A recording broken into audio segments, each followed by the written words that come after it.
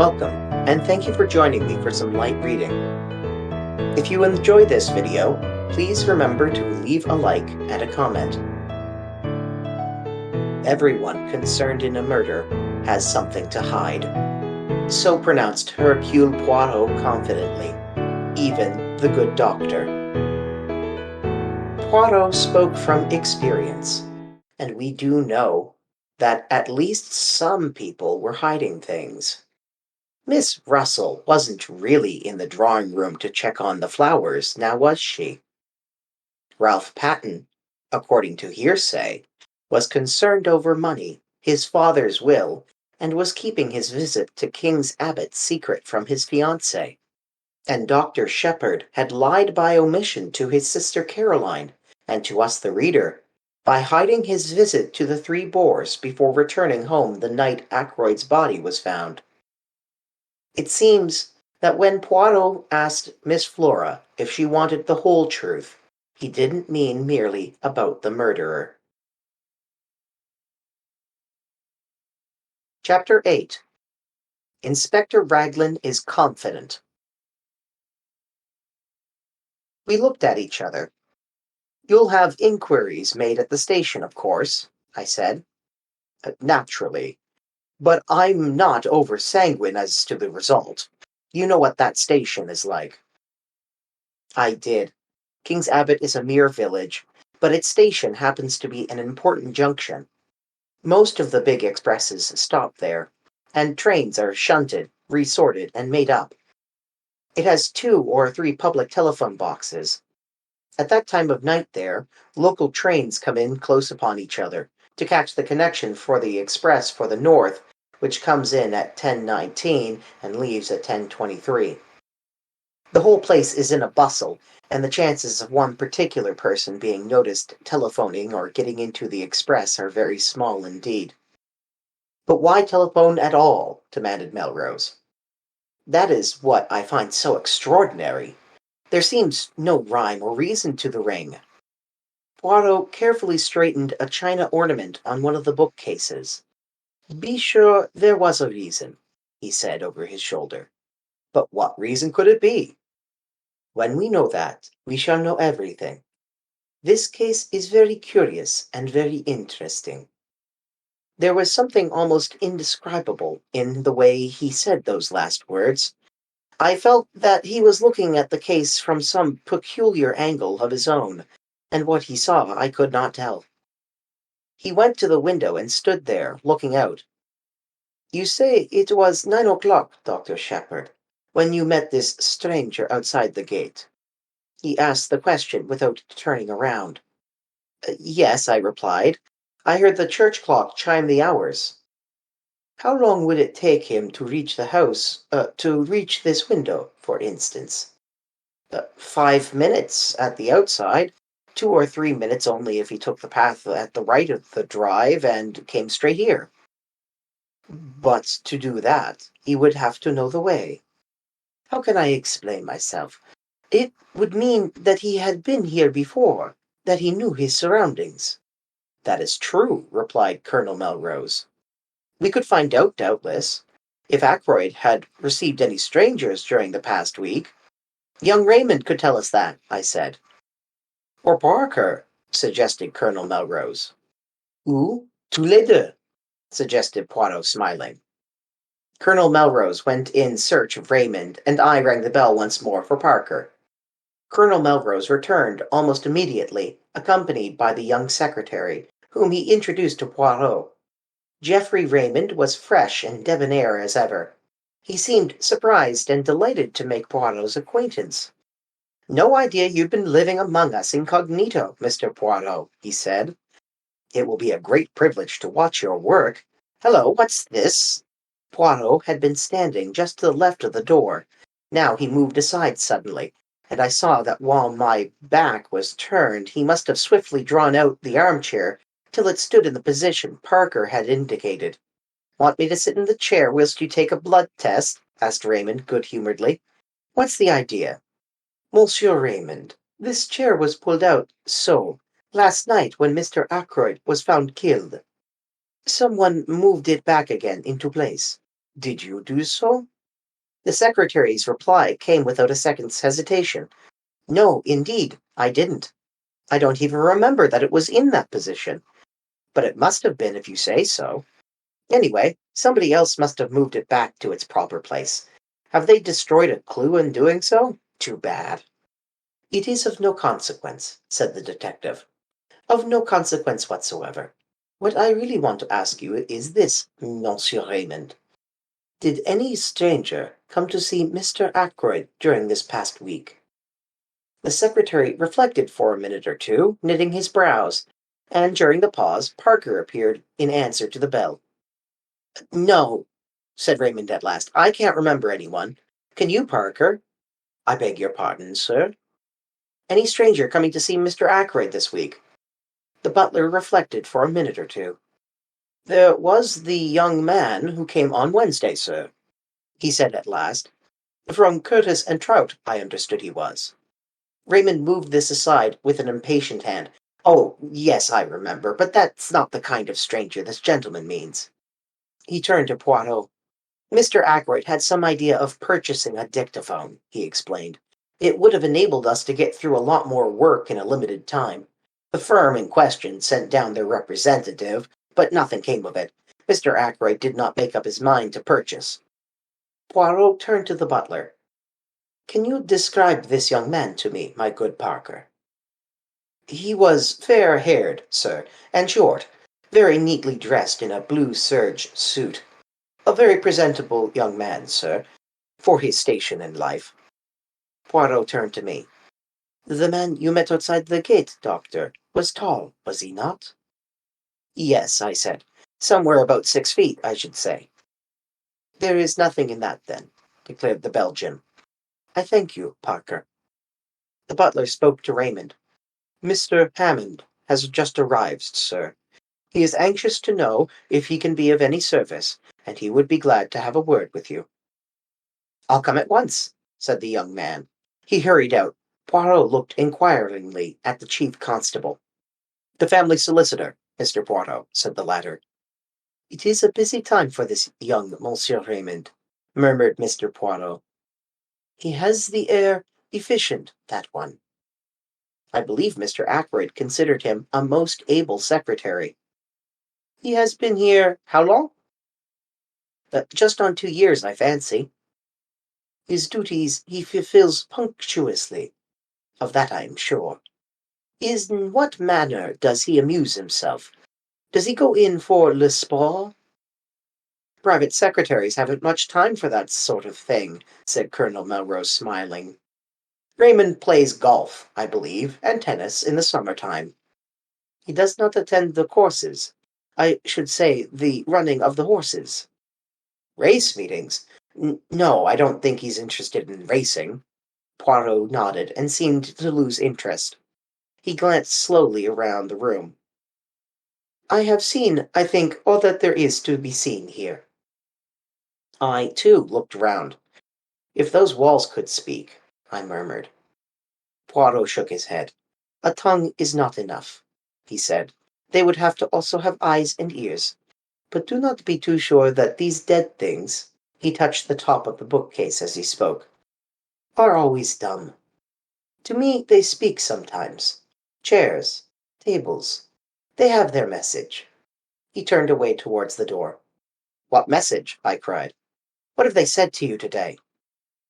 He looked over his shoulder and raised an eyebrow quizzically. An open window, he said. A locked door. A chair that apparently moved itself. To all three I say, why? And I find no answer. He shook his head, puffed out his chest, and stood blinking at us. He looked ridiculously full of his own importance. It crossed my mind to wonder whether he was really any good as a detective. Had his big reputation been built upon a series of lucky chances? I think the same thought must have occurred to Colonel Melrose, for he frowned. Anything more you want to see, Mr. Poirot? He inquired brusquely. You would perhaps be so kind as to show me the silver table from which the weapon was taken. After that, I will trespass on your kindness no longer.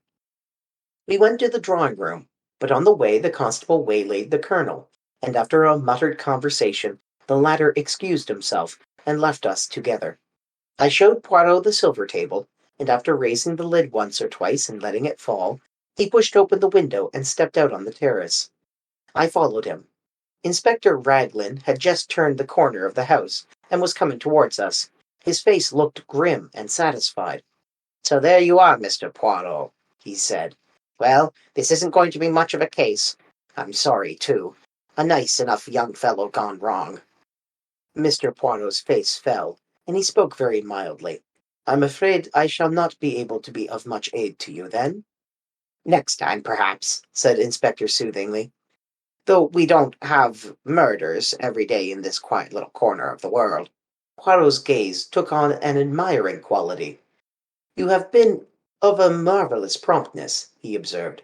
"How exactly did you go to work, if I may ask?" "Certainly," said the inspector. "To begin with, method. That's why I always say method." "Ah!" cried the other. "That, too, is my watchword. Method, order, and the little grey cells." "The cells," said the inspector, staring. "The little grey cells of the brain," explained the Belgian. "Oh, of course. Well, we all use them, I suppose." "In a greater or lesser degree," murmured Poirot. "And there are, too, differences in quality. Then there is the psychology of a crime. One must study that."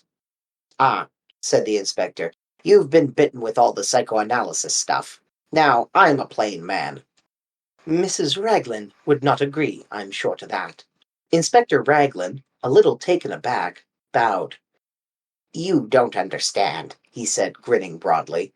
"Lord, what a lot of difference language makes. I'm telling you how I set to work.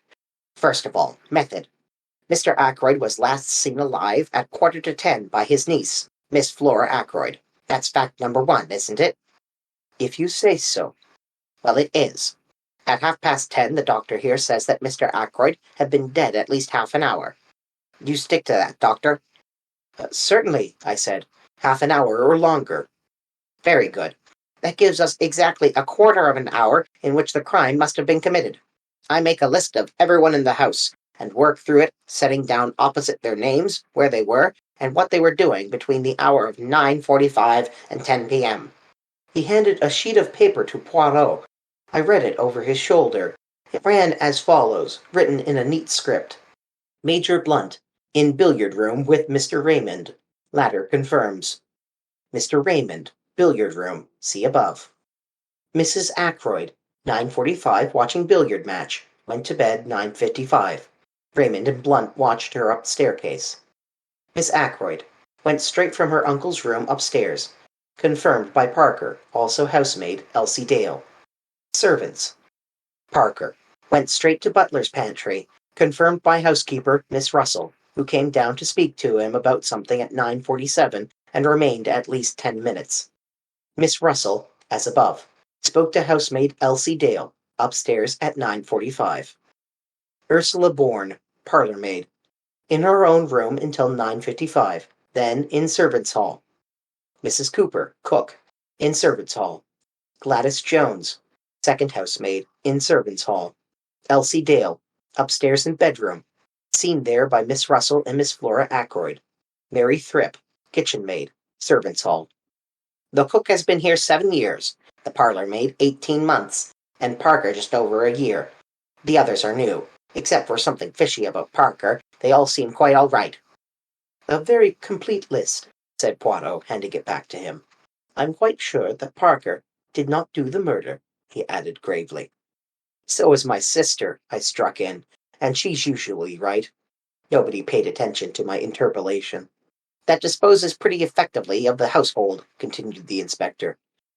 "Now we come to a very grave point. The woman at the lodge, very black, was pulling the curtains last night when she saw Ralph Patton turn in at the gate and go up towards the house." "She is sure of that?" I asked sharply. "Quite sure. She knows him well by sight. He went past very quickly and turned off the path to the right, which is a short-cut to the terrace." "And what time was that?" asked Poirot, who had sat with an immovable face. "Exactly 25 minutes past 9, said the inspector gravely. There was a silence.